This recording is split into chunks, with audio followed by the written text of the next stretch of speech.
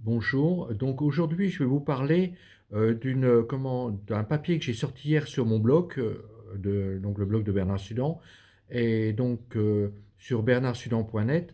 Et donc c'est un papier concernant les informations du site Amélie sur la dermatite séborréique.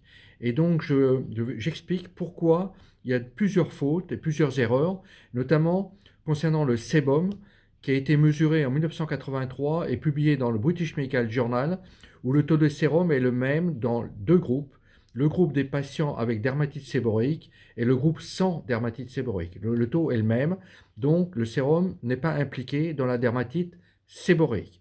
Ensuite, il y a une autre information, c'est concernant Pityrosporum, le champignon au niveau de la dermatite séborréique, où Amélie se trompe également, parce qu'en 1986, il y a également une publication dans le British Medical Journal ou une molécule qui s'appelle le succinate de lithium, le lithoderme. Cette molécule n'a aucune influence sur la croissance de Pityrosporum.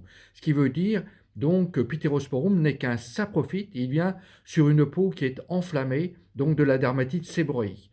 Donc, c'est les points que j'ai rassemblés sur mon papier d'hier. Et donc, sinon, ils avancent les facteurs déclenchants de la dermatite séborréique sans preuve scientifique. Donc, il faut que ce soit publié pour pouvoir en tenir compte.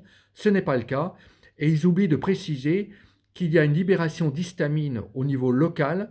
Et donc, ça veut dire que ce sont les mastocytes tissulaires, donc les cellules de l'allergie, qui sont à la base des glandes sébacées, qui sont impliquées dans la réaction de dermatite séborréique ou atopique. C'est comme ça que je l'appelle. Voilà. Donc, je voulais mettre ces informations-là parce qu'ils sont conseillés par des dermatologues.